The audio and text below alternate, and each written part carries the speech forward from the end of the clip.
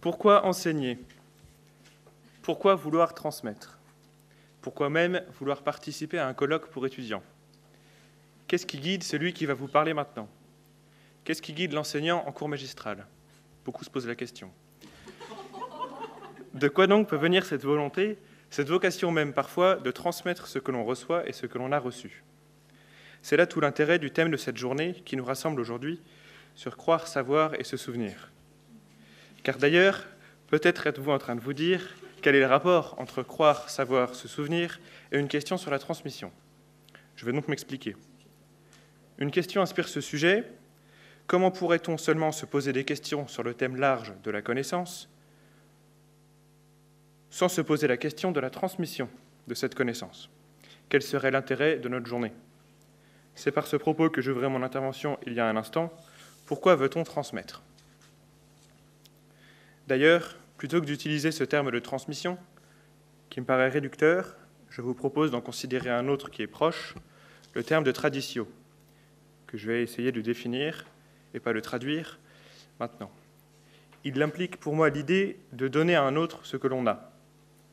C'est en cela que ce terme peut contenir à la fois la notion de souvenir et la notion de transmission, ce qui revient à terme, et vous en conviendrez, à la notion de connaissance. C'est aussi pour cela qu'on ne saurait opposer les trois termes qui composent le thème de notre journée, puisqu'ils forment un tout, un idéal qui veut tendre vers la vérité. Et c'est alors que l'enseignant entre en jeu, puisqu'il a pour mission à la fois de guider ceux qui l'écoutent vers la vérité, et aussi de la chercher par lui-même pour pouvoir acquérir de nouvelles voies de l'atteindre. Mais on peut se dire très rapidement que pour chercher à savoir pourquoi et surtout dans quel but l'enseignant a pour mission de transmettre son savoir pour la quête de la vérité, il faut bien un auditoire, un récepteur, un élève qui accueille cet enseignement. C'est pourquoi je vous propose de voir comment cette histoire de charité entre notre maître et notre élève va se jouer, non pas comme une opposition, comme beaucoup semblent le croire aujourd'hui, mais plutôt comme une belle complémentarité qu'il serait, à mon sens, criminel de vouloir supprimer. Je voudrais commencer par citer un des plus grands philosophes que notre Europe ait pu connaître, Aristote, que je citerai pour montrer comment et surtout pourquoi le maître a obligation, et j'insiste bien sur ce terme d'obligation, de transmettre. Aristote nous explique en effet que, et je le cite, « la sagesse est à elle-même sa propre fin ». Elle relève donc d'une recherche désintéressée d'un savoir que nous devons donc contempler et qui est totalement étranger à toute dimension utilitaire ou matérielle. Il faut donc s'arrêter sur le premier constat, qui est celui de se dire que tout savoir, toute croyance, pour résumer toute chose que l'intelligence pourrait réduire en un concept, dépasse donc le penseur. Un autre penseur, cette fois-ci chrétien, et pas seulement penseur, mais aussi pasteur, théologien, vous mettrez les titres que vous voulez derrière ce nom, je parle de saint Paul de Tarse, explique dans une de ses épîtres que, et je le cite à nouveau, « la connaissance enfle, mais la charité édifie ». Il ajoute d'ailleurs, et je le cite encore, que si quelqu'un croit savoir quelque chose, il n'a pas encore connu comme il faut le connaître. Cela signifie donc bien, à mon sens, que la vraie connaissance est la connaissance que l'on transmet, que l'on partage à d'autres.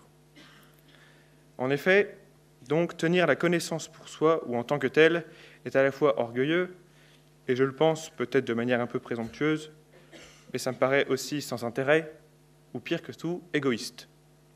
La connaissance, en effet, peut prendre plusieurs formes, mais son point de départ reste un étonnement. On se rend compte qu'on ne sait pas, qu'on ne connaît pas, qu'on ne maîtrise pas quelque chose qui nous dépasse, et on va donc demander un éclaircissement soit à une personne tierce, soit en cherchant par soi-même, ou alors en demandant confirmation, mais toujours dans une volonté de mettre à l'épreuve ce que l'on aura découvert. Je le redis, connaître quelque chose pour soi est orgueilleux parce qu'on se rend compte ainsi que je sais, mais surtout je sais seul. Ce je sais seul est, je le pense, et je l'affirme encore, proprement inutile. On pourrait me répondre que dans ce cas-là, autant ne pas chercher à savoir et donc autant rester ignorant, parce qu'on ne pourrait pas être critiqué d'orgueil, d'égoïste, d'inutile, comme je viens de le faire. C'est vrai. En effet, l'ignorance en tant que telle, comme l'explique encore Aristote à l'école de son maître Socrate, donc juste le fait de ne pas savoir, de ne pas croire, de ne pas être en connaissance de quelque chose, n'est pas quelque chose de mauvais en soi. En revanche, vouloir rester dans son ignorance parce que l'on s'y complaît, ou que l'on s'y sent bien, ou même qu'on s'y résigne, ressemble, selon moi, à de la paresse et ne me paraît pas forcément recommandable, vous aurez compris l'euphémisme. Si l'étonnement est le commencement de la pensée, le commencement de la réflexion, l'homme a donc naturellement le besoin, la passion, la volonté de connaître, de réfléchir, de s'interroger. Cette passion, ce besoin, cette volonté vient de la capacité de l'homme de s'étonner et de s'interroger sur le monde, sur sa place dans le monde. C'est ce que rapporte encore une fois Aristote dans son Éthique à Nicomaque. Le point de départ de la réflexion est, en plus du questionnement, attisé par la curiosité, le questionnement même de nos propres opinions, de nos propres croyances. En effet, si la philosophie se définit par l'amour de la sagesse, on la comprend donc comme une recherche continue de la vérité. Et c'est en cela que le chercheur a toute sa place et qu'elle est même fondamentale pour toutes nos questions liées à la connaissance. Mais rappelons-nous saint Paul qui nous disait que la connaissance enfle alors que la charité édifie. Il faut donc avancer plus encore sur le rôle précisément de celui qui enseigne, de celui qui va donner un enseignement. Aristote le disait, la sagesse est à elle-même sa propre fin. Donc le chercheur n'est en fait qu'un serviteur, terme que l'on pourrait traduire par le terme de ministre. Ce ministre de la connaissance est donc en possession, ou plutôt d'ailleurs dépositaire de différentes choses liées à la connaissance. Comme tous les dépositaires, cela ne lui appartient pas. Il est plutôt, pour utiliser un vocabulaire plus juridique, l'usufruitier de ces biens. Le fait de savoir que l'on est seulement dépositaire de ce que l'on sait ou de ce que l'on croit oblige intrinsèquement à transmettre. Et pourquoi ? Pour la raison simple et presque unique que ne pas transmettre quelque chose que l'on a soi-même reçu reviendrait à se l'approprier. J'ajouterais même que s'approprier ce que l'on a reçu par cette manière-là reviendrait à se considérer comme un absolu, ce qui est par essence une absurdité. Je vais tenter de vous l'expliquer maintenant. Regardons par exemple la question de l'encyclopédie, voulue au temps des Lumières. Ce projet se voulait être la compilation de la connaissance de tout ce qui est. Quelle intention noble! Vouloir condenser tout ce qui est possible de savoir ou de croire pour pouvoir le transmettre. Transmettre pour souvenir. Vous aurez tous aisément compris le lien. Mais c'est par définition impossible, nous pouvons tous en faire l'expérience. Il faut faire en effet le constat que plus on apprend, plus on recherche, plus on croit, plus on découvre, plus on avance dans cette quête de la vérité, plus on se rend compte paradoxalement de l'étendue de notre ignorance. Attention cependant à ne pas confondre. Il y a, je le pense, une différence majeure entre tomber dans le renoncement à trouver la vérité et admettre humblement qu'elle nous dépassera toujours. Un exemple rapide pour expliciter ce propos et qui permettra de lier la foi, croire, et la raison, savoir, même si on a vu avant que foi et croire n'étaient pas pareil. Ceux qui partagent la foi catholique savent qu'ils ne pourront jamais comprendre pleinement le mystère de Dieu, de la Trinité, de l'Eucharistie ou d'autres mystères. Mais encore, cela n'empêche pas de vouloir les connaître, de vouloir les goûter, de vouloir avancer dans cette recherche, de vouloir les saisir avec notre intelligence humaine, autant que faire se peut, pour une union toujours plus intime avec Dieu. C'est la charité, d'où le titre de mon propos, la charité seule qui édifie celui qui donne l'enseignement. Comme il a lui-même reçu d'autres, celui qui donne un enseignement ne fait que transmettre ce qu'il a reçu, c'est le propre même de la tradition. Donc après m'être attardé un peu plus que prévu sur cette question qui était de savoir ce qui anime, ou plutôt ce qui devrait animer celui qui donne un enseignement, je voudrais maintenant m'interroger sur la place de celui qui accueille l'enseignement. Quelles sont ses motivations ? Pourquoi considère-t-il qu'il a besoin d'écouter ? Quelle est sa place dans la recherche de la vérité ? C'est donc mon second point sur le récepteur. Je voudrais expliquer pourquoi j'ai voulu m'attacher à la relation enseignant-élève ou maître-disciple en premier lieu, et ensuite sa réciproque. En effet, et la raison vous semblera sans aucun doute logique, on ne peut pas s'attacher à la relation élève-enseignant, s'il n'y a pas d'enseignement donné, s'il n'y a pas de transmission. Certes, cette transmission peut provenir d'une demande de l'élève, mais il faut l'assentiment de l'enseignant pour qu'il délivre son enseignement. En revanche, vous en conviendrez tous ici, il n'y a nul besoin de l'assentiment de l'élève pour que le professeur enseigne. Ce n'est pas au professeur et à mes camarades de licence que je l'apprendrai. La relation entre l'élève et l'enseignant est donc fondée sur la réception, l'assentiment de l'élève à recevoir ou à mettre en question une transmission. Cette relation, avec le recul de mes quelques années sur les bancs de l'école, repose, je le crois, sur deux aspects fondamentaux. D'abord et avant tout, l'élève doit commencer par admettre qu'il ne sait pas. Si cela paraît évident, plusieurs auteurs ont précisé que recevoir une éducation leur paraissait être une malédiction, ou que l'adulte n'a pas le droit d'influencer l'enfant, qu'il doit le laisser à l'état naturel pour le laisser apprendre par lui-même. Je fais référence ici aux travaux de François-Xavier Bellamy ou de M. Maritain, philosophe que certains connaissent sans doute. Il explique, par exemple, que le doute de Descartes montre justement qu'avoir reçu une éducation est une malédiction. Par l'éducation, on empêche l'élève de penser par lui-même. L'école est donc particulièrement une malédiction, puisqu'elle va soumettre l'élève. Donc lui, François-Xavier Bellamy, explique ensuite la pensée de Rousseau en montrant que l'état naturel de l'homme est de ne pas savoir et d'apprendre par lui-même. Ainsi, l'adulte n'a pas le droit de sortir l'élève de son état de nature, puisqu'il le couperait alors de l'apprentissage par lui-même qu'il doit poursuivre. La domination d'un maître sur un élève n'est donc pas acceptable. François-Xavier Bellamy résume enfin la pensée de Bourdieu en expliquant que, selon lui, la transmission ne peut être que l'occasion d'une discrimination, car les élèves seront prédestinés par leur milieu social d'origine. Bourdieu critique aussi le rôle de l'État, qui, plutôt que d'être un vecteur d'égalité, n'est en fait qu'un soutien des inégalités.